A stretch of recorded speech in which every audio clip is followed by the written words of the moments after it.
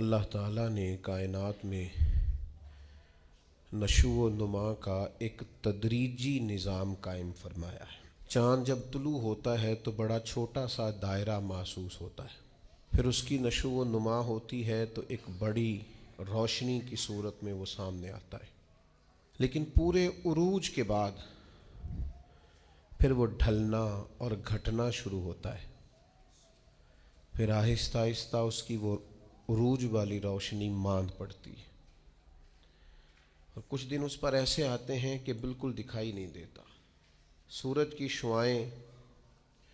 جب سورج صبح نکلتا ہے تو ماند ہوتی ہیں، پھر وہ اتنے عروج پہ ہوتا ہے کہ کوئی اس سے آنکھ نہیں ملا سکتا،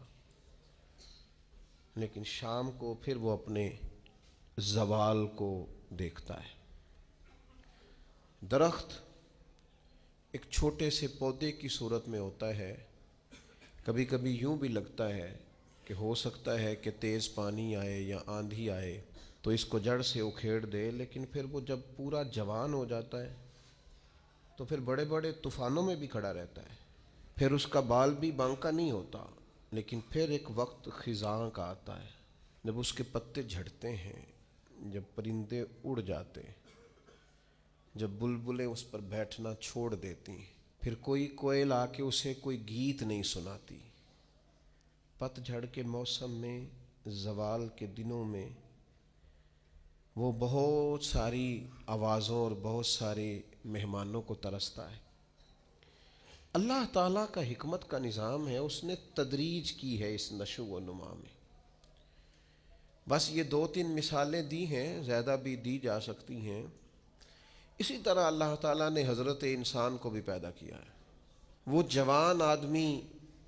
جو محنت مزدوری کرتا ہے، دوڑتا ہے، بھاگتا ہے، آتا ہے، جاتا ہے، رزق کماتا ہے تو کئیوں کو پالتا ہے۔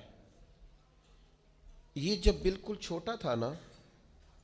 تو اسے کھڑا بھی نہیں ہوا جاتا تھا، اس کے والدین انگلی کے سہارے چلاتے تھے۔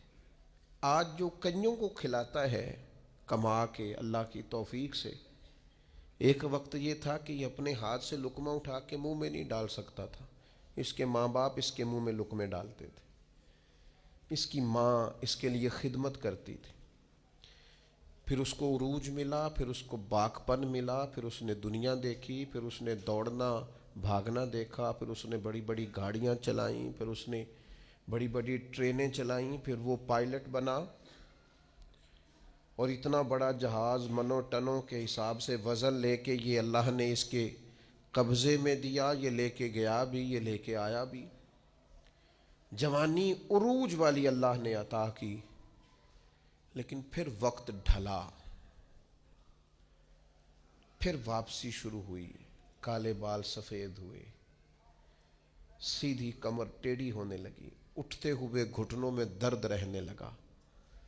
یہ اللہ کا تدریجی نظام ہے۔ جوانی کے بعد بڑھاپا آیا، لیکن تکلیف والا معاملہ یہ ہے